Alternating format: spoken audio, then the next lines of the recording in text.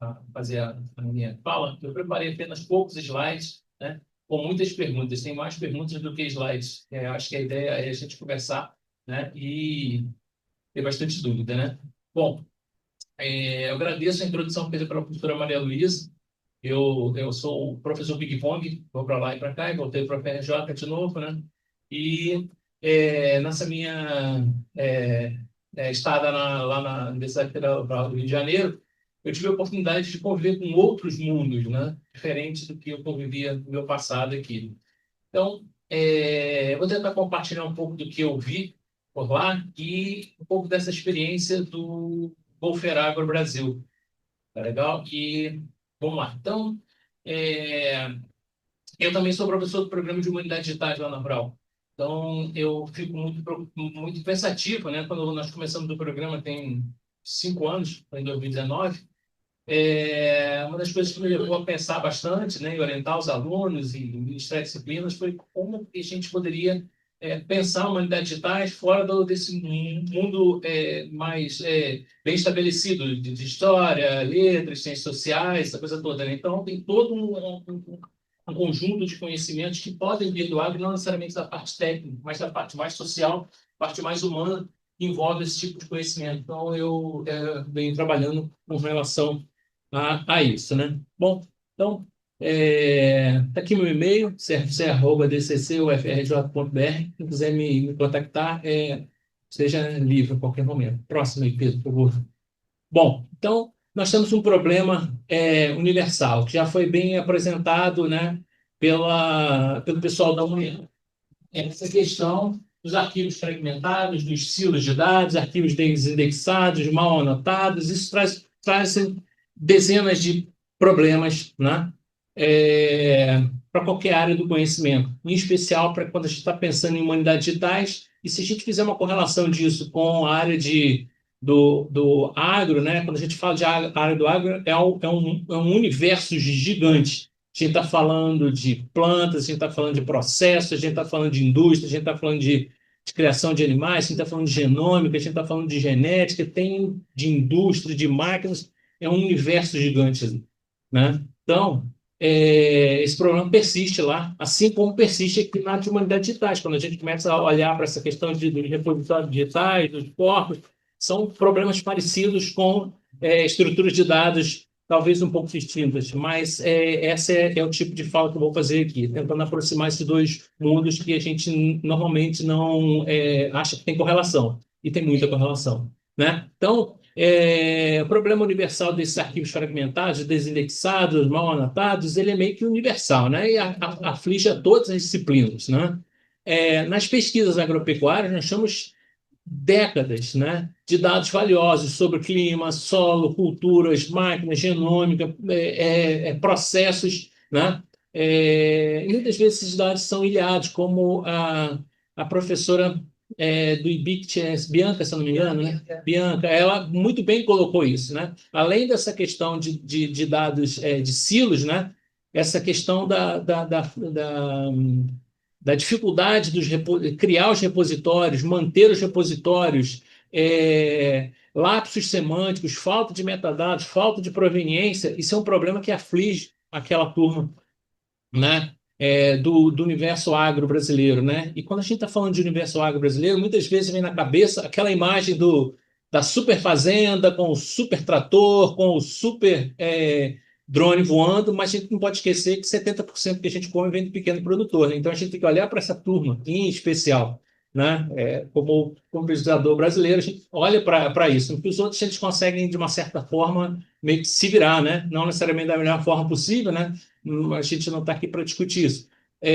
Mas olhar para o pequeno e médio produtor brasileiro, né? Então, eles têm problemas sérios também, né? E agora, contextualizando aqui nas humanidades digitais, também nós temos os problemas de quê? Dos repositórios isolados, da questão da falta de semântica, da questão de problemas de padrões de metadados, falta de proveniência de dados, história de processos. Então, a gente vive isso também nas áreas de humanidades digitais, né? Isso ocorre quando a gente está falando de acervo, né? De qualquer área, né? O pessoal da história digital, o pessoal lá da literatura, o pessoal da linguística.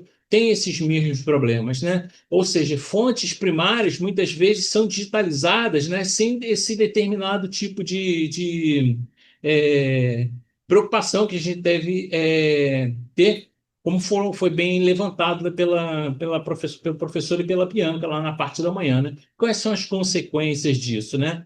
Os dados se tornam muitas vezes inacessíveis e invisíveis. Anos de pesquisa, né, em humanidades digitais e nas áreas sociais vêm sendo desenvolvidos e foram desenvolvidos e muitas vezes simplesmente estão inacessíveis. Inacessível não necessariamente não quer dizer que você não consegue chegar no dado. Simplesmente vai estar no formato PDF.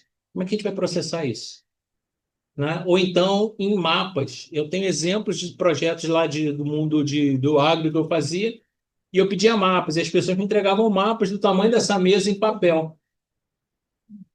Olha o trabalho, né? Para a gente fazer todo um processo de extrair conhecimento de mapas de papel, né? Um outro problema dessa questão de arquivos não indexados e mal anotados nas áreas de humanidades digitais é a memória científica, social, cultural, ela se torna frágil e efêmera, se perde. A Bianca falou: o que a gente vai ter daqui a 100 anos, quando a gente tem dados digitais armazenados dentro de computadores que duram no máximo 10, né? Então, isso é um problema grave para a gente de humanidades digitais, né? Muitos dos nossos produtos já nascem digitais, né? Então, isso é um problema, né? O outro problema, né, é essa questão do processo analítico, né, que a gente está perdendo, né? Então, são pontos que são comuns ao mundo do agro, ao mundo da computação, da qual eu faço parte, né? E do mundo das humanidades digitais também. Próximo, por favor. Então,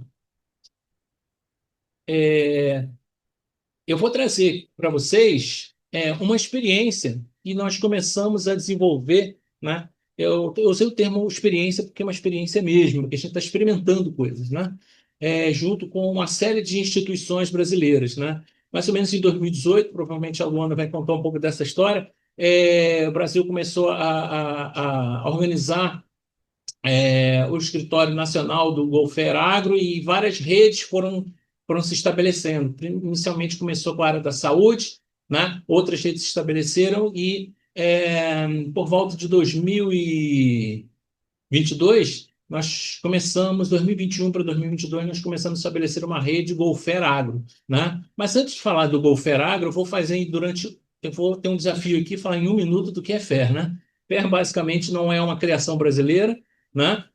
Muitos de vocês já conhecem isso daí, né? Os princípios FAIR, né? E governança de dados, que também foi magistralmente apontado pela Bianca, né? São os propostas metodológicas para a gente começar a trabalhar em bons repositórios nas humanidades digitais. Então, o FAIR nada mais é do que vamos chamar de uma metodologia, de uma abordagem, né? E não um padrão técnico para gestão de dados, né? E basicamente está ligado em 4 pontos, que é a acessibilidade do dado, ou a encontrabilidade do dado, né? Quer dizer que humanos e máquinas têm que localizar isso mais facilmente, aí tem a questão da identificação, tem uma série de pontos ali que podem ser decompostos a partir de cada letrinha dessa, né? O A, que diz respeito à questão da acessibilidade do dado, né? Seja ele aberto ou não, enfim, tem toda uma discussão de quão aberto ele pode ser, que também já foi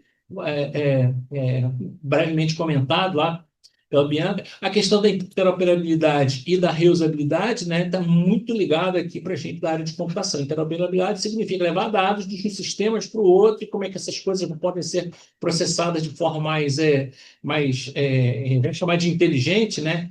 E aí a gente não pode não pode abrir mão de determinados recursos que tem fortemente desenvolvidos aí, a questão de vocabulário, a questão dos tesauros, a questão das ontologias, então tem todo um corpo de conhecimento que o pessoal do conhecimento da área de computação, né, não somente vem trabalhando. A Maria Luísa, na fala dela hoje de manhã, ela disse que o Brasil tem grandes expoentes aqui na área de desenvolvimento de modelagem conceitual de ontologia, né? Ela citou o pessoal lá do Holanda, o pessoal do Zard, né? Que é um dos referenciais aqui nossos, né? E a questão da reusabilidade do dado, né? Que diz respeito ao quê? Não adianta simplesmente produzir o dado, armazenar o dado, tornar ele encontrável.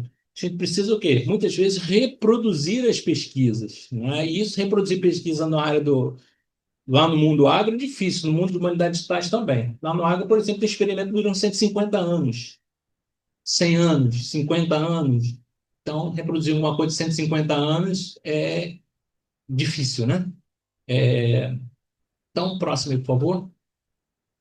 Agora eu vou falar um pouco da segunda parte, do governança de dados. Alguém falou, governar dado é governar conhecimento, né? A gente não está. Eu fugi daquelas daquela coisa, o dado é poder, dado é petróleo, dado. Não, dado é conhecimento, né? A gente tem que aprender a gerenciar esse conhecimento e precisa definir uma série de regras. Que regras são essas? Existem documentos, existem padrões para isso, né? Por exemplo, na área da computação, na área mais gerencial, a gente trabalha com o DMBOK, né? Mas será que o DMBOK ele é facilmente absorvível pelo pessoal de humanidades digitais? Né? Essa é uma questão que eu coloco. Eu acho que não, né? Mas são pontos importantes, né? Na verdade, governar dados é o quê? São acordos entre grupos de humanos, certo? E o DMBOK ele fala muito claramente sobre isso, sobre papéis, sobre responsabilidades, diferença de governança para gestão, onde essas coisas ocorrem dentro das empresas. E talvez nós que de humanidades digitais, né? Eu falo nós, porque eu estou incluído nesse contexto, né? Eu acho que valeria a pena a gente começar a resgatar esse tipo de conhecimento, né, para começar a divulgar nas nossas formações, nos nossos cursos, nos nossos programas de mestrado, doutorado, essa coisa toda, né? Então, eu coloquei várias perguntas ali que eu não sei responder, né? Por exemplo, quem decide, como a comunidade define seus vocabulários padrões, são perguntas complexas demais, né? Que todos nós estamos fazendo todos os dias aqui e as respostas vão sendo construídas aos poucos, né? Então, é uma coisa certa, né? A ausência de governança leva a esse problema da organização do conhecimento, aquela confusão, aquela coisa que todo mundo fala, todos gritam, ninguém tem razão, né? Então, próximo, por favor, e acaba acentuando essa questão dos silos e ilhas de dados, né? Então, especificamente, vamos falar um pouquinho do Golfer Agro aqui, né? Ele é uma rede nacional que surgiu em 2022, né?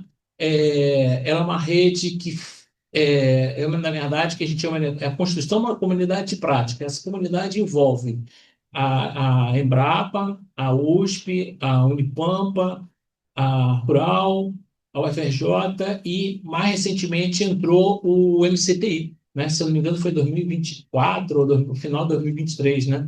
E desde 2022, né, a rede vem sendo coordenada de forma brilhante pela Débora Drucker, né, que é pesquisadora na Embrapa, né? E vem sendo desenvolvida uma série de atividades. E ela tem uma colega muito ativa, que hoje ela participou pela manhã, que é a Milena Teles, que ela hoje estava. Elas são fantásticas, né? Do ponto de vista de coordenação de equipe, de empolgação, né? E de capacidade, sobretudo. E elas são, junto com outros colegas, né? Fazemos parte da rede. E essa rede, como eu falei, começou em 2022 e de 2022 para cá nós já desenvolvemos workshops, treinamentos, palestras, e recentemente, final de 2024, desenvolvemos um survey que foi espalhado para todas eu sempre considero todos, né?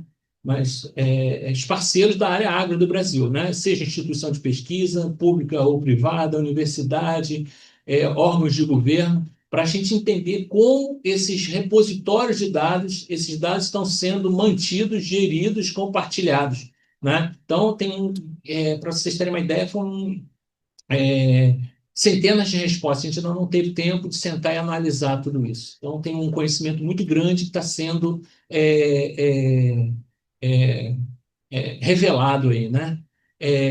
Então, quem somos? Né? Já falei que basicamente somos instituições públicas, né? A ideia da rede Golfer Agro é ter representantes em todas as regiões do Brasil. Até agora a gente não conseguiu representantes da região Norte e Nordeste. É importante que tenha representantes de todo o Brasil, né? É, é, por conta das nossas peculiaridades regionais, né? É interessante, e das diferenças de processos, né? Envolvidos nesse mundo da agropecuária nacional, né? E a missão é implementar o quê? Uma cultura e práticas FAIR na pesquisa agropecuária brasileira. Como eu falei, a pesquisa agropecuária brasileira, assim como na digitais, é um guarda-chuva de coisas, né? E naquele universo, né, foi falado também hoje de manhã de ciência aberta, muito do que vem sendo desenvolvido lá está baseado em paradigma de ciência aberta, né? Algumas coisas, nem tudo é possível, né, devido a questões de dados, às vezes de empresa, então ali tem um mundo mais complicado, mas outras pesquisas já vêm sendo desenvolvidas nesse paradigma, né? E a nossa estratégia é o quê? Formar pessoas acima de tudo, né? A Maria Luísa comentou que existe o Go Fair, Go Train, Go Build, né? Então a gente está na questão da formação, na divulgação e diagnóstico. Go Building, nós não temos perna para trabalhar em desenvolvimento de soluções próprias do mundo FAIR para soluções agro, até porque as que já têm aí estão atendendo bem a gente. Então, a gente não tem essa pretensão, né? Essa capacidade, né? E o ponto central lá do que a gente chama da rede Golfer Agro, né?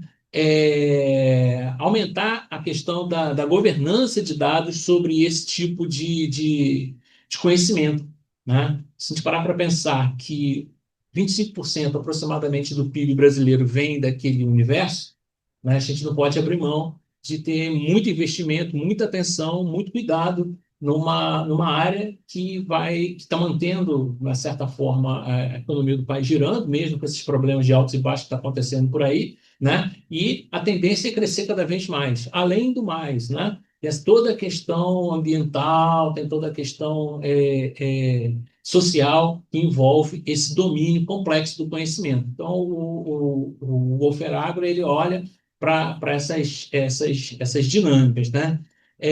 Uma coisa interessante, não sei se outras áreas do conhecimento teriam interesse, né? Talvez um Wolfer, uma unidade digital, eu ficaria super feliz se existisse isso, né? Se eu saísse daqui uma ideia dessa, né? Não é uma ideia de um órgão centralizador único, pelo contrário, é ser uma comunidade aberta buscando consenso, né? E a nossa responsabilidade lá é sempre buscar novas atividades e troca até mesmo de pesquisadores, né? Um rapaz está terminando o doutorado agora, ele foi contratado para trabalhar na Agroportal, lá na França, né? Ele é um dos grandes nomes aqui do Brasil e ele, né, já foi convidado para trabalhar lá com o João Queiro, né? Que é um pesquisador de altíssimo nível, né? Então, isso mostra como a gente consegue formar pessoas, né, que são rapidamente atraídas para trabalhar em pontos fora daqui do Brasil, né? Próximo aí, por favor. É, Só em termos de número, nesses dois anos, vamos chamar de 3 anos, agora 2025, agora nós já fizemos mais de quase 10 atividades, entre palestras, mini-cursos, encontros, né? Submissão de trabalhos, seja para o Simpósio Brasileiro de Informática na Agricultura, para o Simpósio de Modelagem de Dados, para o ER, e para o Prontobras, né? E outros eventos. Então, além de fazer todo esse levantamento nessa comunidade, nós também estamos produzindo conhecimento e compartilhando com as outras comunidades, né? E a ideia é justamente essa, torná-la aberta, né? Então, existe alguma coisa, alguma ponte explícita entre governança de dados no agro e humanidade digitais? Sim, eu coloquei um diagrama de Venn ali, que é a de dados, né? Na verdade, eu acho que o HD é uma bolinha pequenininha, agro é uma bolinha pequenininha, interseção é uma coisa gigante que a gente tem que entender com muito cuidado, né? Por exemplo, eu chamei aqui os desafios semânticos, né? O que é a produtividade do solo, né? Essa coisa da literatura aqui na análise de textos literários, né? São coisas parecidas, né? São domínios, né, diferentes, mas processos analíticos muitas vezes são parecidos que a gente vai aplicar, né? A questão de curadoria, que também foi bem comentado hoje de manhã, de proveniência de dados, ciclo de vida da produção do dado, é importante a gente chamar atenção. Isso funciona é, lá para esse mundo mesmo da computação, esse mundo do digital, e também funciona para a gente aqui, né? Agora, a gente tem que entender o como e como aplicar isso de uma forma bastante interessante. A questão da infraestrutura, que foi muito bem levantada, né? Essa questão, a gente muitas vezes produz dados ficam no HD local, a gente perde o HD, perde trabalho, perde investimento público, então isso aí tem que ser muito bem desenhado. E essa questão de ética e citação de dados, né? Muitas vezes, né, isso passa batido, né? Nesse mundo, né? Do agro, aqui nas humanidades digitais também, volta e meia, a gente orientando o aluno, perguntando de onde você tirou isso daí, meu filho? Né? O pergunta básica, de onde você tirou isso? Ah, eu não sei de onde. Então, explica essa história toda, né? Porque os dados não surgiram do nada, né? Os dados foram coletados, foram produzidos, então, isso não é simplesmente processo analítico tem que dar valor, tá? Então, eu já ganhei uma bandeirinha de 5 minutos aqui, mas já está acabando. Acho que só falta mais um ou dois slides, né? Próximo, por favor. Então, existe uma nova fronteira aqui para as humanidades digitais, né? A pergunta que eu faço, o que os dados FAIR permitem em humanidades digitais? Né? Eu não sei essa resposta. Eu estou buscando essa resposta junto com vocês, né? Então, essa é uma coisa importante. Isso aqui dá algumas dissertações aí, né? Teses, artigos, né? E temos muitas oportunidades de construir infraestrutura de conhecimento, né? Que sejam robustas, que sejam válidas para o historiador, que sejam válidas para o linguista, para o sociólogo, para esse pessoal todo, né? Eles possam tirar valor e o que oferecer recursos para o futuro, né? Eu fico muito, por exemplo, vou contar uma história aqui, né? Eu fico triste quando eu vejo meus colegas lá da área de história, né? Fazendo aqueles trabalhos fantásticos sobre levantamento da questão a maior fazenda de pessoas escravizadas do Brasil ficava no Rio de Janeiro. As pessoas não sabem disso, né? Em geral. Fica em Santa Cruz, né? E eles estão fazendo um trabalho fantástico, fazendo não só um processo de digitalização das imagens, como das imagens das certidões de nascimento que eram feitas nas paróquias e tal, depois todo o processo de cruzamento, quem é filho de quem, aquela coisa toda, e às vezes vai ficar perdido num HD, né? Então isso tem que ser compartilhado com a sociedade, porque outros estudos vêm dali. Tá? Esse é um exemplo, né? Só, né? Questão de digitalização de documentos fazendo, uma coisa bacana, né? Então, tem muitas oportunidades aqui que a computação, né? Agora falando como profissional de computação, a gente pode interagir de forma bastante do agro. Tem algumas experiências também acontecendo, mas na de humanidades digitais, será que a gente já tem corpo para fazer isso, né? Outro exemplo, né? Criação de ontologias, né? Para humanidades digitais, né? E, por exemplo, a gente tem o conceito lá no agro tem de solo, né? Lá na área de sociais tem a questão de território, né? E aí, né? Território ele não flutua no espaço, né? Ele está no espaço físico. O espaço físico tem propriedades físicas, né? Pode ter muitas coisas ali interessantes, né? Esse alinhamento de conceitos aí, quando existirem, não sei se existe ontologia, é uma coisa importante, né? Questão de curadoria, manutenção desses dados ao longo do tempo, o que é importante se manter, enfim, muitas coisas aqui que eu acho que a gente pode acionar, né, os nossos neurônios aqui para começar a pensar, né? E eu, para terminar, no tempo, eu peço para vocês visitarem essa página aqui, ó, do Golfer Agro, tá legal? Que ela é 100% atualizada, porque quem atualiza sou eu e meus alunos, a Débora e as meninas não tem brava pele, a gente, no dia seguinte coloca para funcionar. Todas as palestras que nós fizemos foram gravadas, todos os eventos estão disponíveis, sejam os slides, sejam as falas. Teve a fala do Guizardi, do João Quê, teve do professor do João, teve uma fala minha, várias pessoas lá da professora da USP, tem tudo que a gente está produzindo, está compartilhando para a comunidade brasileira, né? E fica aqui um convite para a gente pensar nessa coisa de fé em humanidades digitais, que eu acho que tem bastante espaço, né? Ok, pessoal? Obrigado aí pelo tempo, pela oportunidade. Tá legal? Essa aqui, oi, boa tarde. Oi? Por que você está falando da filmagem? Por causa da filmagem. Tá bom, tá bom. Tá, vou...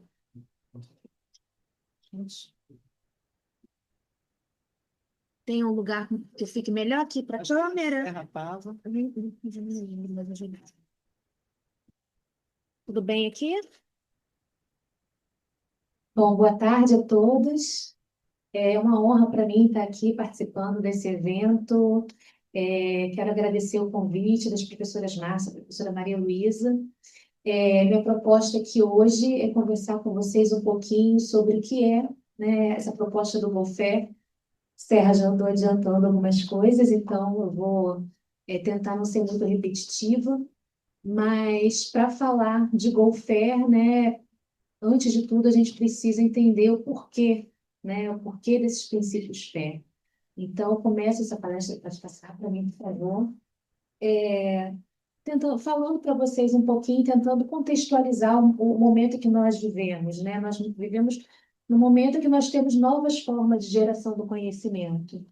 Então, trago aqui alguns itens, né? O conhecimento, ele não está mais só centrado nas universidades, nos institutos de pesquisa, né? Hoje a gente pode gerar conhecimento, né, nos mais diversos lugares. Alguns de vocês estão em casa, né, mas estão assistindo aqui, com certeza estão produzindo conhecimento também, né? Às vezes nós produzimos conhecimento, né? O pesquisador gosta às vezes de acabar o evento e ir para aquela mesinha de o happy hour, né? E às vezes ali também continuam as discussões, mas o que a gente vê é que o conhecimento é gerado, né, nos mais diversos lugares, não somente dentro das universidades e institutos de pesquisa. Uma outra questão, gente, muito importante, que nós temos hoje uma ciência baseada em dados é ruim, né? Eu acho que assim, é baseado em grande quantidade de dados, porque falar de ciência sempre foi baseada em dados, né? Assim, sem dados, né, não tem ciência. A gente precisa de dados para ter evidências, né, das nossas pesquisas, para comprovar aquilo que nós estamos, as nossas hipóteses, né, aquilo que nós estamos pesquisando. Mas hoje nós temos um protagonismo desses dados, né, que cresce a cada dia, né, e coloca esses dados de pesquisa, né, em evidência. Durante muito tempo, especialmente nas áreas de humanidades, o nosso foco eram as publicações, né? E agora nós damos não sei se eu posso dizer um passinho para trás, né? Mas nós ampliamos o, no- a no- o nosso, as nossas matérias-primas, né? Para além das publicações. Então, assim, a gente pode hoje produzir o conhecimento antes mesmo, né? Acessar o conhecimento antes mesmo dele ser publicado. E isso é uma resposta do movimento da ciência aberta, né, que vem defendendo que a pesquisa seja toda aberta, né, desde o momento em que o pesquisador começa a levantar os seus dados, as suas metodologias, até as suas publicações. Bom, a gente tem hoje também uma pesquisa que é interdisciplinar e distribuída. Bom, isso também é uma questão muito importante. Por que o Serra veio falar de agro aqui para a gente? Né? No evento que, basicamente, nós temos corte de pessoal de humanidade, de linguística, porque a ciência, o avanço do conhecimento hoje, né, se dá de forma interdisciplinar. E é interessante observar também que, além da interdisciplinaridade, uma coisa que a gente observa é a produção do conhecimento de forma distribuída. Então, hoje nós temos conhecimento, né, quando eu brinco, não está mais somente centrado nas universidades, mas nós temos grupos de pesquisa internacionais, né, que compartilham dados e conhecimentos sem que eles precisem estar juntos dentro de uma universidade, né, através do que nós chamamos de colaboratórios, né, colaboratórios digitais, por exemplo, e assim a ciência também avança de forma mais rápida. Uma outra questão, gente, é que a gente tem uma demanda, né, por reprodutibilidade e transparência na pesquisa. E é por isso também, né, dentro desse contexto, que a ciência aberta, que esse movimento da ciência aberta vem levantando, né, vem defendendo a abertura dos processos da ciência, a abertura que a gente chama de caixa preta da ciência. Por quê? Porque às vezes para nós, né, tá tudo muito óbvio, mas para a sociedade não está, né? Então, a sociedade quer saber onde os recursos estão sendo aplicados, a sociedade precisa saber como essas pesquisas estão sendo feitas, e isso é muito interessante, especialmente nesse momento que a gente vive hoje de grande disseminação de fake news, de desinformação, né? Então, os dados, né, a abertura da ciência também nos ajuda a validar os processos científicos e mostrar que tudo que a gente faz dentro da ciência, dentro da academia, é feito com rigor metodológico e que é avaliado também, né? Avaliado por pares, por especialistas. Então, a gente tem essa demanda hoje também por parte da sociedade e por parte também dos editores, né? Os editores de periódicos, de artigos científicos, porque muitas das vezes é difícil avaliar a qualidade de um artigo, avaliar a metodologia da pesquisa, sem você ter acesso aos dados e sem você ter acesso à metodologia. Então, a questão da reprodutibilidade, da replicabilidade dentro da ciência tem sido um problema, né, que a gente vem tentando também solucionar por meio da gestão de dados e de outros processos dentro da pesquisa. Além disso, a gente tem uma ciência, né, que é muito mais interativa, né, isso graças à tecnologia que a gente tem hoje. A gente, né, eu toquei na questão da desinformação, mas a gente viveu um momento, né, recentemente, que foi a questão da Covid, onde muitas pessoas questionaram por como que podemos ter uma vacina, né, num tempo tão curto. Isso não aconteceu por acaso, né? Isso aconteceu porque nós temos avanço tecnológico que nos permitiu os pesquisadores contribuírem entre si, mesmo estando distantes, né? Então, nós tínhamos pesquisadores em todos os países trabalhando em prol do sequenciamento do vírus, em prol da criação de uma vacina para combater o vírus. Então, quando as pessoas falam, mas uma vacina levava, sei lá, 10 anos para ser criada, e foi criada em um ano, então essa vacina não é válida. Não, não é isso. É porque agora o conhecimento, né, graças aos avanços tecnológicos, e graças também à a nossa disponibilidade, porque eu acho que a gente tem que levantar isso, né? A disponibilidade dos pesquisadores trabalharem em conjunto e compartilhar seus conhecimentos, é que nós tivemos, então, essa vacina em tempo recorde. Pode passar. Mas aí, gente, como eu falei para vocês, nós temos, então, com isso tudo, né, uma avalanche de dados na ciência, né? Durante muito tempo, fazer ciência era basicamente você ir atrás dos dados, né, para comprovar lá as suas hipóteses, e o pesquisador perdia muito tempo nesse levantamento de dados, porque nós tínhamos uma escassez de dados. Hoje, a gente ainda perde um pouquinho de tempo para selecionar, para encontrar os dados, mas na verdade nosso problema é outro, né? Porque o problema não é a escassez, mas é o excesso. E aí, como que eu seleciono, como que eu acesso aqueles dados, né? Como que eu faço a curadoria, a gestão desses dados para que eles possam, então, subsidiar a minha pesquisa.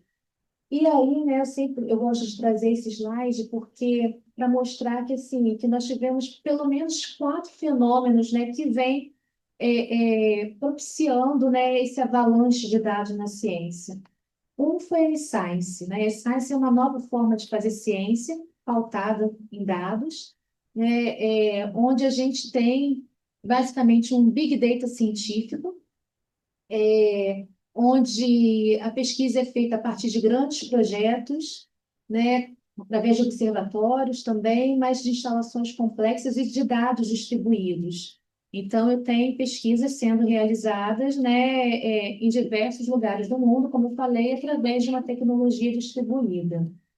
E a eScience também trabalha muito, né, com a questão de simulação por computador, né? A eScience, a gente costuma dizer, enquanto novo paradigma, ela reúne as outras formas de fazer ciência. Ela não abre mão do paradigma experimental, né, do paradigma teórico, mas ela vai lá e busca todos aqueles dados, né, que são gerados em outras formas de fazer ciência e nos ajuda a produzir, né, e a fazer ciência de uma outra forma.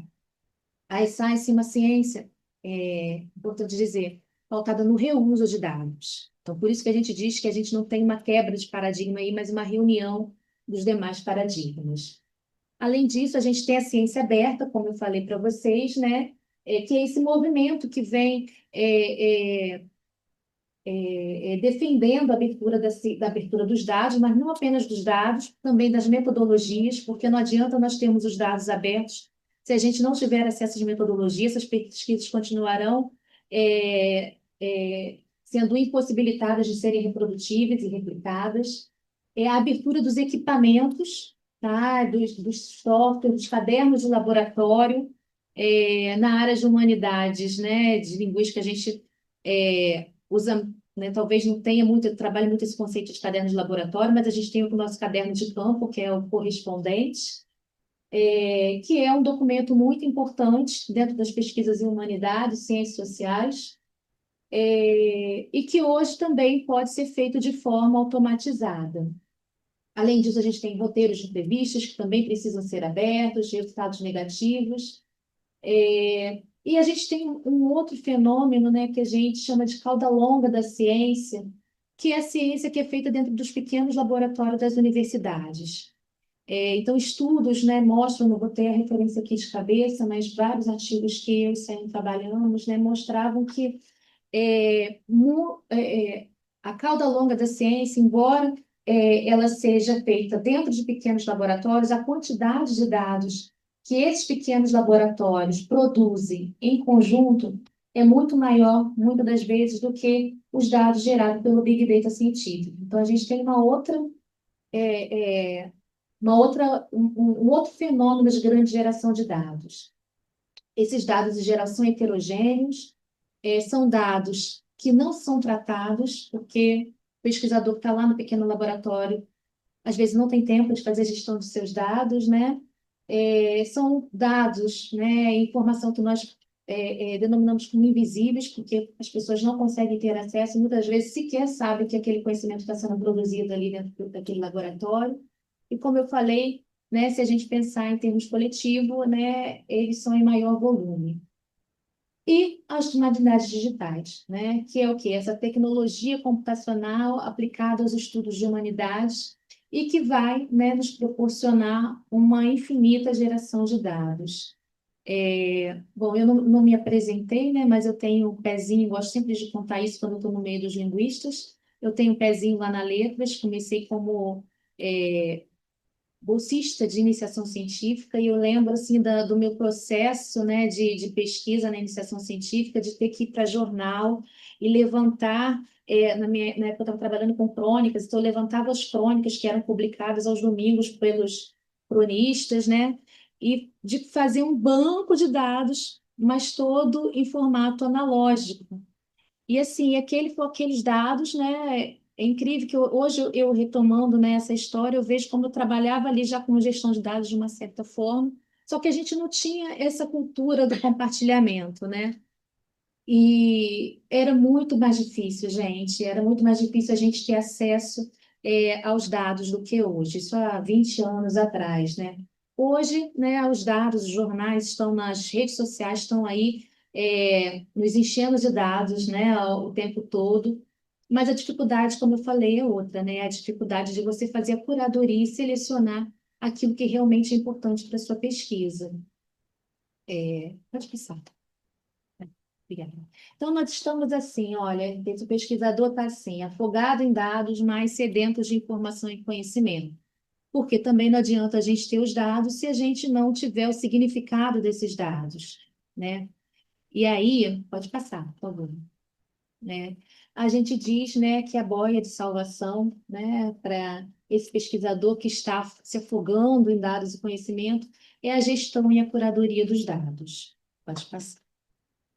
Então, assim, como eu falei para vocês, né, a gente tem um outro problema em relação aos dados, que é o seguinte: quando a gente pensa numa publicação, a publicação tá ali, né, depositada numa biblioteca convencional, uma biblioteca digital. Os dados de pesquisa, na maioria das vezes eles ficam perdidos dentro dos computadores, dos pendrives, dos HDs dos pesquisadores, né? A gente não tem essa cultura ainda de compartilhamento em muitas áreas. Pode passar. E aí, o texto acadêmico, gente, como ele só apresenta uma visão dos dados. Quando eu fiz a minha pesquisa lá na iniciação científica, a gente teve algumas publicações. O que saía naquelas publicações era a minha visão, né, sobre aqueles dados. Na época, a gente estudava os advérbios modalizadores em mente. Então, eu fazia aquela seleção ali, né, e dava ali as minhas contribuições.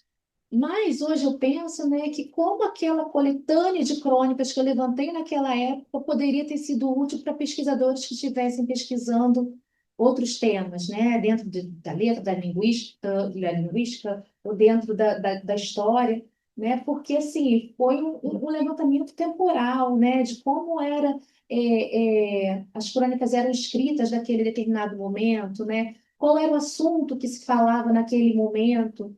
Então, assim, no meu artigo tinha a minha visão de dados de quem estava estudando os advérbios, né? Mas aqueles dados poderiam ter servido para outras pessoas, né? Se eu tivesse compartilhado, né? Se eu tivesse um banco de dados digital, né? Onde eu pudesse ter digitalizado aquilo, enfim, naquela época não tinha isso.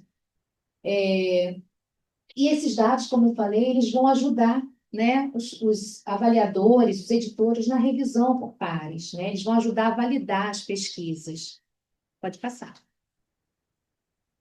E eles vão apoiar, como eu falei, a reprodutibilidade da pesquisa, a validação dessa pesquisa, a autocorreção, porque às vezes a gente chega lá no final, né, do nosso projeto e a gente percebe que alguma coisa ali não está se encaixando, então a gente precisa voltar, né, ao início da nossa metodologia para verificar aonde estava o erro, né, e às vezes, né, em pesquisas muito longas, pesquisas de doutorados, por exemplo, que geram, né, que acontecem durante 4 anos.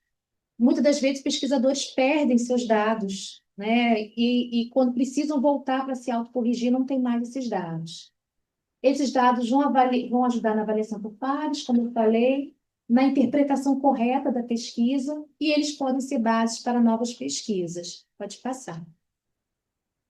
E interessante que esses dados, como eu falei, eles podem ser reusados, né, em novos e diferentes contextos, a partir do momento que eu faço o quê? Uma gestão, uma curadoria, a partir do momento que eu compartilho esses dados. Pode passar. Então, aqui, né, são muitos os benefícios, né, da gestão de dados de pesquisa para o meio acadêmico.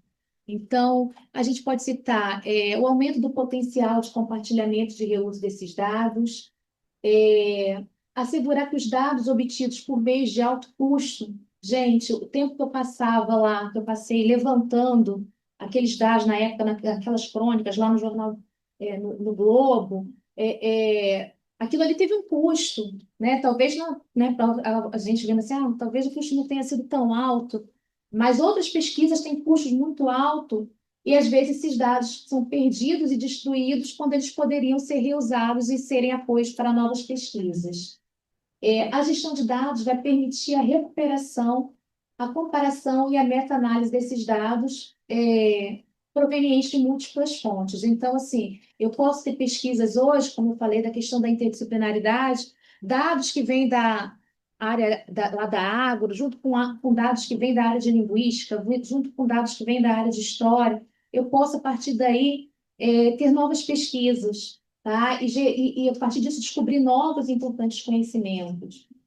Essa gestão de dados vai possibilitar a verificação ou a repetição de experimentos, bem como a validação dos trabalhos acadêmicos. E, como eu falei também, eles podem ser temas para novas pesquisas. Pode passar.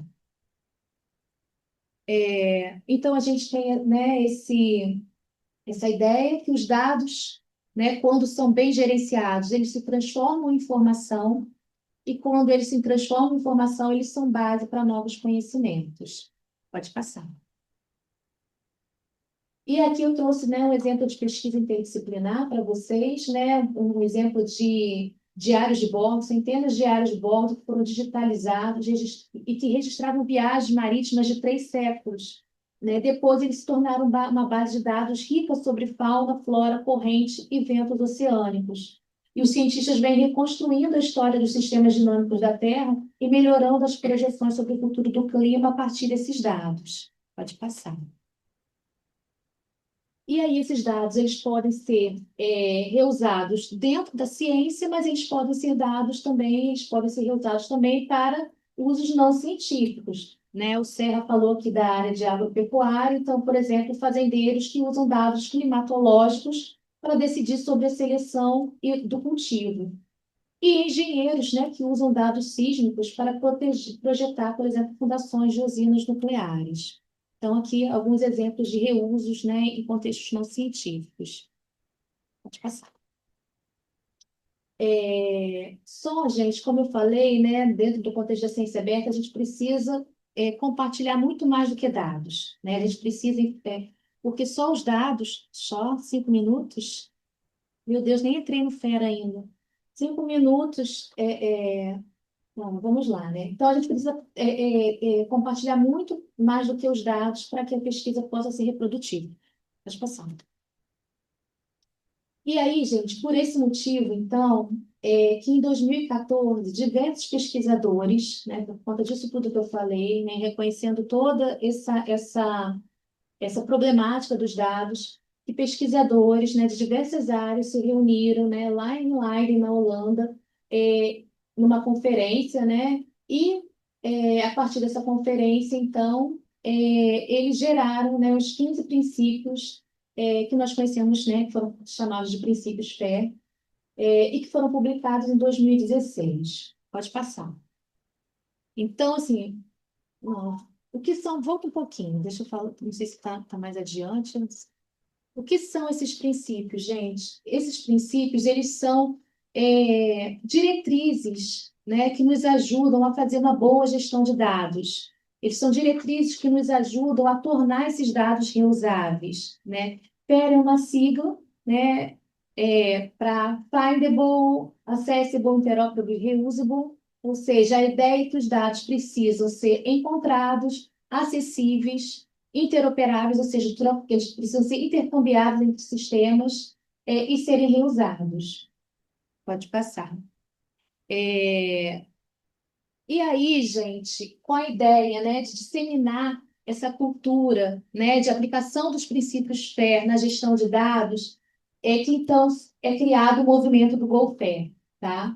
Então, o GoFair foi um movimento internacional, né, que visa disseminar e auxiliar a implementação dos princípios FAIR. E dentro desse movimento internacional, o GoFair ele é dividido em 3 pilares: o GoChange, o GoTrain e o GoBuild. O GoBuild, né, onde a gente trabalha a questão das tecnologias, né, como criar tecnologias para ajudar os pesquisadores a tornar seus dados FAIR. O GoTrain, que é onde os colaboradores do GoFair ajudam, né, se comprometem com treinamentos aos pesquisadores sobre como tornar seus dados FAIR. E o GoChange, né, que é um pilar onde a gente trabalha as questões de mudança cultural. Por quê? Porque a gente entende, né, que tecnologia é uma coisa que a gente consegue resolver, né? Temos as nossas dificuldades, nossos desafios, sim, treinamento também, mas a mudança cultural é uma questão assim bem difícil, né? Que assim que precisa ser realizada desde o momento em que o pesquisador ou que o aluno, né, começa a se interessar por pesquisa científica lá na graduação. Então a iniciativa, né, como eu falei, ela o GoFair é uma iniciativa que parte das comunidades de usuários com o objetivo de fazer com que os dados fragmentados e desconectados sejam encontráveis, acessíveis, interoperáveis e reusáveis. O GoFair ele busca o desenvolvimento de um ambiente global, compartilhado para pesquisa e inovação baseada em dados, e ele é o centro, né, da iniciativa em que é uma federação de redes temáticas de excelência se compromete coletivamente a adotar os princípios FAIR. Pode passar. O GoFair no Brasil, né, a primeira reunião aconteceu em setembro de 2018, na cidade de São Paulo, no aniversário de 20 anos do Cielo, com o lançamento do manifesto da rede, no dezembro do mesmo ano, nas dependências do Ministério de Ciência, Tecnologia e Inovação. O Golfer Brasil tem a responsabilidade de difundir, apoiar e coordenar as atividades relacionadas à adoção de estratégias de implementação dos princípios FAIR, definida pela iniciativa Golfer em todo o território brasileiro. E hoje, pode passar. Hoje, então, o que nós fazemos é isso, apoiar e coordenar as redes de implementação de acordo com seus objetivos específicos. A gente ajuda na sistematização das diretrizes existentes e criadas pelas redes, e a gente desenvolve mecanismos de difusão dessas diretrizes definidas pela rede de implementação, além de manter constante comunicação com o Escritório Internacional de Apoio no Golfer, que fica na Holanda. Bom, aí eu já falei dos 3 pilares que a gente tem. O Golfer Brasil, pode passar. Hoje nós temos a rede Saúde, está sob liderança da Fiocruz, a rede Golfer Brasil Enfermagem, sob liderança da Unirio, a rede Golfer Brasil Agro, sob liderança da Embrapa, e nós temos, né, essas três últimas redes, né, a ECTI e a Biodiversidade, são redes que estão sendo reestruturadas nesse momento, e a rede Golfer Humanidades, né, que começa agora, né, desde o último ano, a ser liderada pela Faculdade de Letras daqui da UFRJ. Desculpa. Pode passar. E aí, gente, né, eu trago uma questão para a gente discutir, né? Por que uma rede Golfer na área de linguística? Porque nós temos, né, na área de linguística, uma diversidade de formatos e contextos, porque nós identificamos que ainda há uma baixa padronização, e isso dificulta a interoperabilidade, trocas de informações entre sistemas, porque nós temos risco de perda de dados linguísticos, e porque nós temos um grande potencial, né, para reuso em outras áreas. Então, aqui alguns exemplos de dados linguísticos, né, os corpos textuais e orais, os dados multimodais, fala, gesto, imagens, as anotações, as transcrições, os glossários. Pode passar. E aí eu trago essa pergunta para a gente pensar. Uma rede em humanidades ou uma rede em linguística? Né? Por que eu faço essa pergunta? Porque, assim, eu considero que a área de humanidades é uma área muito mais ampla. E, como vocês veem, né, viram, né, a gente hoje tem a rede Golfer Brasil Saúde, e a gente tem a rede Golfer Enfermagem como uma sub-rede da rede de saúde. E isso precisou ser feito porque os dados na área de enfermagem eram dados diferentes eu não posso dizer todos diferentes, mas com características específicas que precisavam de um tratamento específico. E é claro que eles trabalham em conjunto com a área de saúde, porque a área de saúde também reúne esses dados, né? E a nossa ideia, enquanto Golfer Brasil, é que todas essas áreas, né, que todos esses dados possam promover pesquisas interdisciplinares. Mas eu queria trazer isso aqui para esse debate, se a gente puder, pensar, né, no que seria melhor para a gente, né? Ou se a gente já começa, de repente, com uma rede Golfer Humanidades e a sua sub-rede de linguística, não sei, né? Assim, eu não estou aqui para dar resposta, mas trago isso para vocês porque, assim, eu acho que essa é uma discussão que tem que ser feita entre os especialistas. E eu queria, né, porque não tive tempo, mas contar um pouquinho como foi essa ideia da rede Golfer Humanidades. Ela não nasce aqui, né, dentro da UFRJ, né, ela começa em 2019. Eu fui, né, catar os documentos, né, ontem, esse final de semana, para poder ter esse histórico para contar para vocês.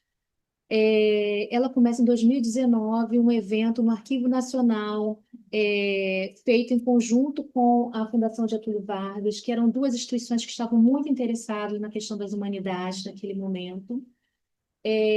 Bom, por conta de algumas mudanças políticas que a gente sabe, são duas instituições, o Arquivo Nacional especialmente, né, que é uma instituição federal, e depende muito, né, de quem está à frente, né, institucionalmente.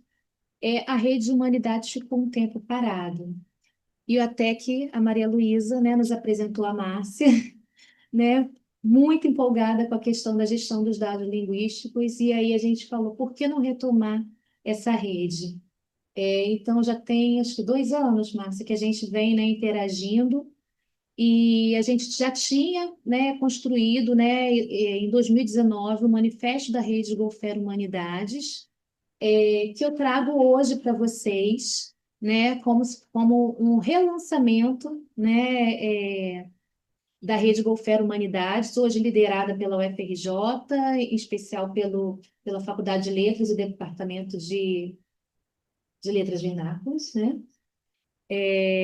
Pode passar. Então, para esse convite, aqui está o QR Code, né, para vocês acessarem o nosso manifesto.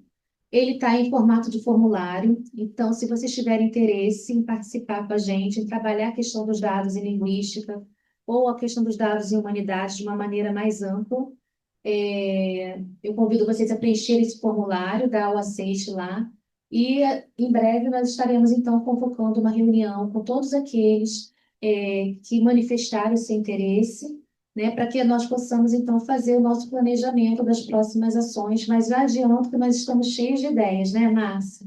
A Márcia já está colocando a mão na massa e nós temos conversado bastante e a gente espera que aí para o próximo semestre, para os próximos meses, a gente já tenha novidades para apresentar para vocês. Então, se vocês aceitarem o convite, né, estarão conosco também. Obrigada. Boa tarde a todos. Peço desculpas pelo meu atraso, eu estava no banco tentando resolver uma questão, né? E por isso já estava aqui na universidade desde antes de meio-dia, mas tive que ficar no banco aqui na universidade. Então, meu papel agora é falar um pouquinho da perspectiva de implementação da rede de humanidades, né? A partir da coordenação, né? Particularmente linguística, sociolinguística, porque as pessoas que eu contactei, né, na ocasião, né, 2 anos, né, são principalmente de linguística, e há uma pessoa de ciência da informação que é dos Estados Unidos, que é a Adriana Picoral, mas em geral, mas ela também é formada em sociolinguística, então ela tem uma ligação, como você, né, com a área de linguística. E vou destacar o que a sociolinguística tem a ver com isso, né, brevemente, né, até porque a ideia é conversarmos a respeito. A Luana trouxe o QR Code aqui, porque é um formulário que vocês se inscrevam, né? A ideia da rede é um consórcio, é uma comunidade, né, autogerida, que pense, né, como lidar com a implementação do FEA, né, da internet de dados e serviços. Né? Próximo slide. Então, vou destacar especificamente alguns aspectos no domínio da sociolinguística, da linguística, depois na rede de implementação em humanidades e em termos de ações estratégicas nos domínios de rede. Né? Então, uma rede de implementação GoFair é um consórcio comprometido em definir e criar maneiras e ferramentas específicas, né, para lidar com elementos da internet de dados e serviços, né, e o principal fator impulsionador da iniciativa GoFair. No próximo slide. Nesse domínio, por que eu destaco a sociolinguística? Porque desde 2019, então está muito próximo de 2018, aí de 2019, né? Na verdade, começou em 2018, né? O primeiro contato, quando eu estava na coordenação dos efeitos sociolinguísticos da Associação Nacional de Pós-Graduação em Letras e Linguística, ocorreu no final de 2018, sobre a questão dos dados linguísticos, né? Da gestão de dados linguísticos. E isso mobilizou um simpósio no Fórum Internacional de Sociolinguística, que foi coordenado por Raquel Freitag, né, o Freitag, como a gente costuma dizer, né? E esqueci o nome dele agora. Não foi Miguel, não, que coordenou contigo o simpósio, foi o Sandro Marenda. E eles coordenaram, né? E depois desse trabalho com sociolinguistas, com linguistas. Foi um evento interdisciplinar, mesmo na área de linguística, né? Reuniu pesquisadores de linguística de corpos, de história, linguística histórica, linguística funcional. Então, foi um evento grande, reuniu mais de 400 pessoas na UFRJ. Antes da pandemia, foi logo, assim, imediatamente antes, foi em novembro, final de novembro, pandemia em 2020, né? Então, nesse evento, houve uma mobilização para a coordenação do GT, para o grupo associado, né, para pensarmos em bancos de dados, né, trabalhar a questão da gestão de dados. E a partir daí começamos os contatos com o Museu da Língua Portuguesa, imediatamente, né? E aí, na ocasião, ainda estava se recuperando da questão do incêndio, então a resposta foi: temos interesse, mas temos outra prioridade agora, que é o espaço físico, né? A restauração do espaço físico. E aí, nessa ocasião, chegamos aí à Fundação Casa de Rui Barbosa, falamos com a direção de lá, que nos mostrou a complexidade para possamos ter um repositório de dados linguísticos das línguas, né, no Brasil. São muitas línguas, né, segundo o IFAM, no Brasil. E, em função disso, nós temos trabalhado no GT, e a Juliana, né, Raquel estão à frente do GT agora, mas são parceiras nesse trabalho. Camila, né, e Cecília Farias, do Centro de Referência do Museu da Língua Portuguesa, conhecem bem essa trajetória desde, né, há alguns anos já, né, nós estamos trabalhando nisso. E abre a linha e aí o Kleber estava hoje na sessão, né, da manhã, o Kleber na presidência, mas antes o Miguel, por isso que a Raquel citou o Miguel também está nessa frente, né, batalhando para que haja um repositório das várias línguas no Brasil e das variedades do português, né, no Brasil, né, porque isso importa. Normalmente as descrições que são feitas e são apresentadas se centram no centro, Rio de Janeiro e São Paulo, né? No Sudeste, mas principalmente no Rio de Janeiro e São Paulo. E o Brasil é muito mais do que isso, né? E precisa ter expressão, né? Cada região, cada lugar do Brasil, em termos do que se entende por realidade linguística brasileira, né? De uso do português. Então, é a partir daí que vem se construindo essa ideia de repositório digital, né? Central, uma central realmente que possa catalogar os acervos já existentes. Já há acervos em sites aí específicos que às vezes não são encontráveis por máquinas, né? E não tem interligação, né? Então, haver, né, a partir da Abralin, agora também IBICT, né, em parceria com a Abralin, um espaço que permita essa acessibilidade, né? E o projeto Comunidades Digitais e Linguagem surge nesse caminho aí, né? Coordenação da rede, né, de implementação FAIR na iniciativa GoFair Brasil e interesses da área de sociolinguística com relação ao repositório digital. Então, no próximo slide, né, pensando no que orienta, né, a iniciativa GoFair Brasil, fiquei pensando na comunidade prática sociolinguística ou linguístico, né? Um destaque aí a fazer nos interessa a definição de requisitos, políticas, esquemas de metadados no domínio, né, da sociolinguística, da linguística, para a representação desse conhecimento. E isso está relacionado à acessibilidade, interoperabilidade semântica e tecnológica. Também, no próximo, acho que está em destaque, a produção de ativos digitais, coleções de dados linguísticos, descrições centradas neles e serviços à sociedade, né? E isso está relacionado à documentação, acervos de memória social e linguística, preservação, utilização. O outro slide, maximização e sustentabilidade da pesquisa sociolinguística, da pesquisa linguística, né? Já ouvi várias falas hoje mostrando isso, que não há necessidade de duplicar pesquisa, também não há necessidade de haver pesquisadores isolados nos seus laboratórios, trabalhando às vezes com o mesmo fenômeno ou com as mesmas questões, mas que não se falam, né?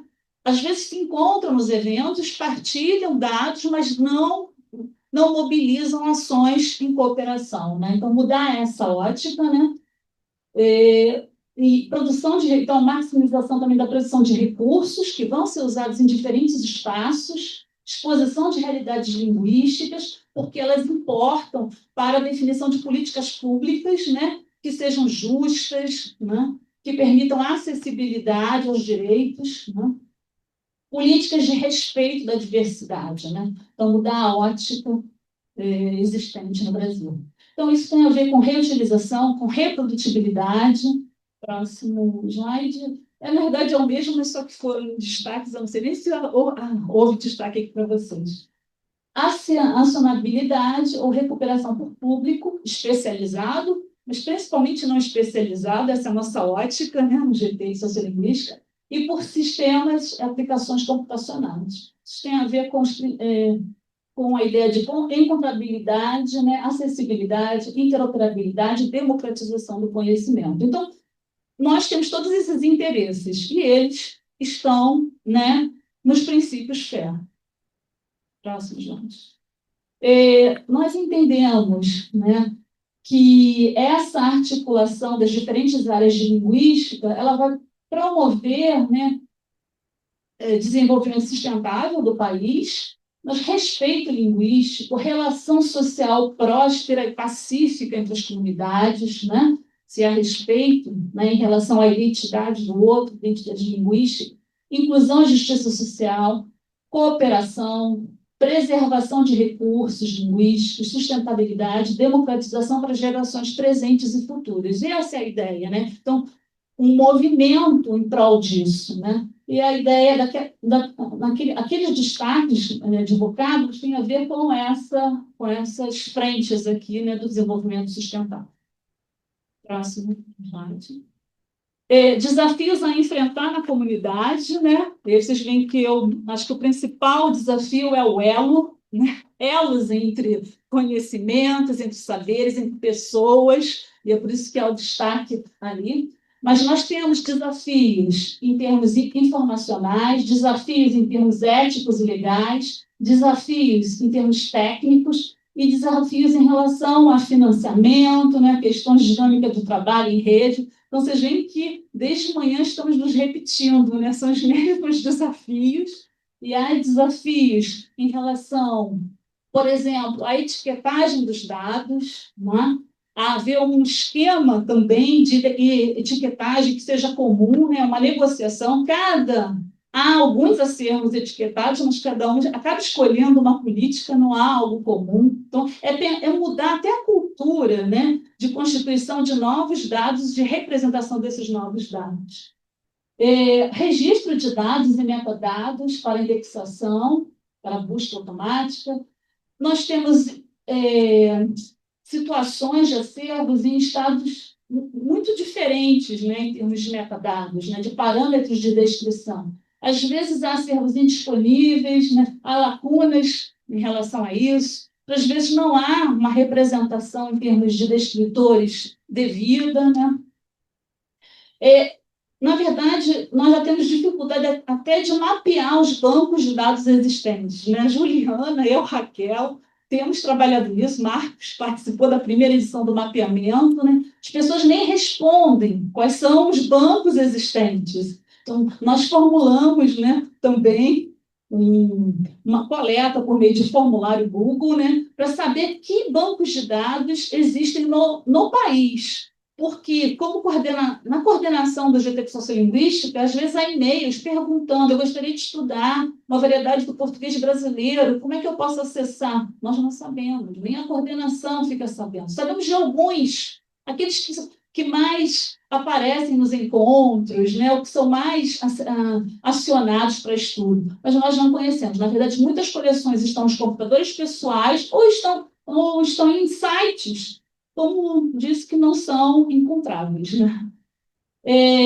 Com relação às questões éticas, na nossa área é preciso, quando nós lidamos com dados que envolvem participantes de pesquisa, sujeitos de pesquisa, submeter a um comitê de ética, né, a proposta de pesquisa, combinar exatamente o que vai ser feito, qual vai ser o tipo de de acesso a esses dados, né, precisa ter acordado com os participantes de pesquisa e também no centro, porque é uma forma de resguardar a instituição, né, a universidade, que isso se dá, os pesquisadores e os participantes, porque a ideia é sempre o bem-estar de todos os envolvidos, né? Então, zelar por isso.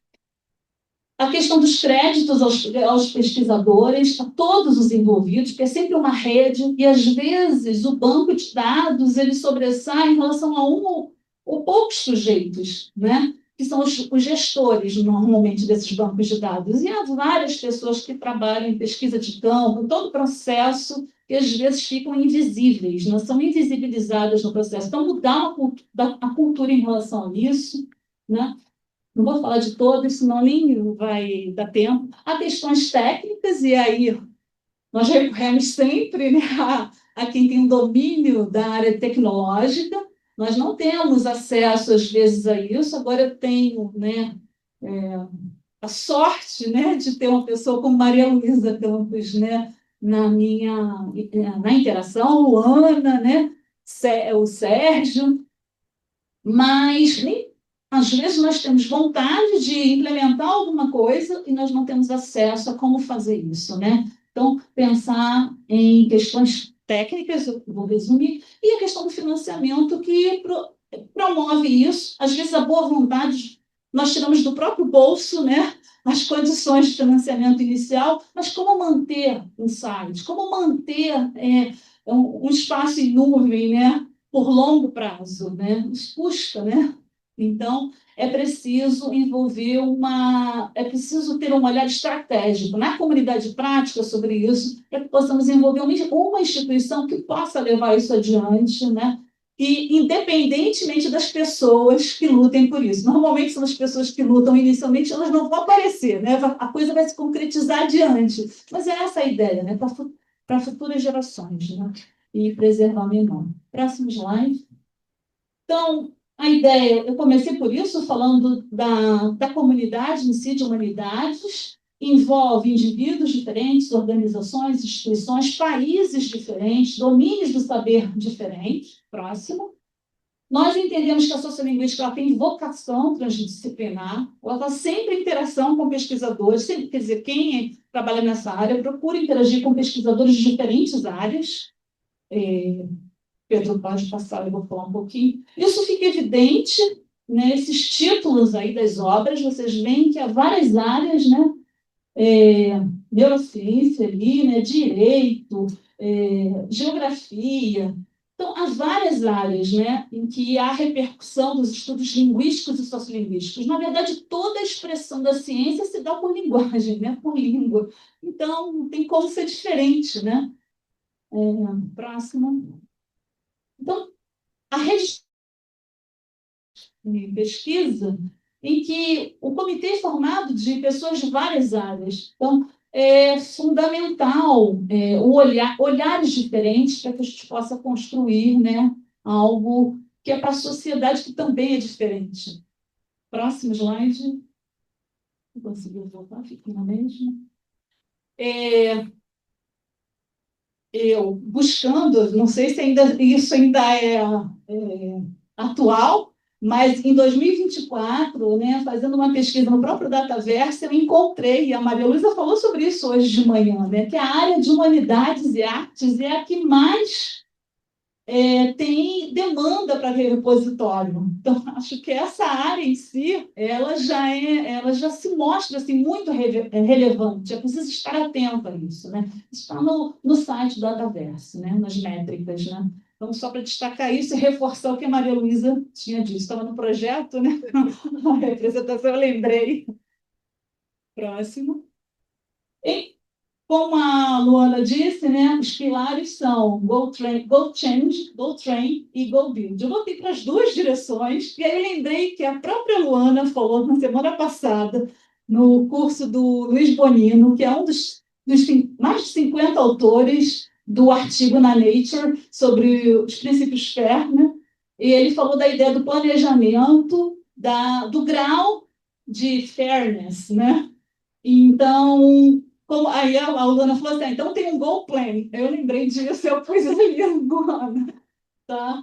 Porque, na verdade, é isso. Nós temos que planejar para pensar como em estratégias, né, para mudar essa cultura, né, para treinamento, para qualificação de recursos humanos e para a construção, né, das soluções tecnológicas para que haja, por exemplo, esse repositório, né, para que haja partilha. Isso vai em vários sentidos, né? Nós trabalhamos o tempo todo.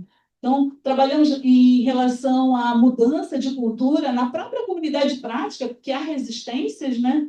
Mas, ao mesmo tempo, temos que planejar e replanejar, então fica um processo aí sempre de construção. E eu pus ali a ideia de que unidades pode contribuir muito para isso, né? Todas essas frentes aí, e eu homenageei ali a Luana com o GoPlan, né? Porque o planejamento, né, é fundamental. Próximo.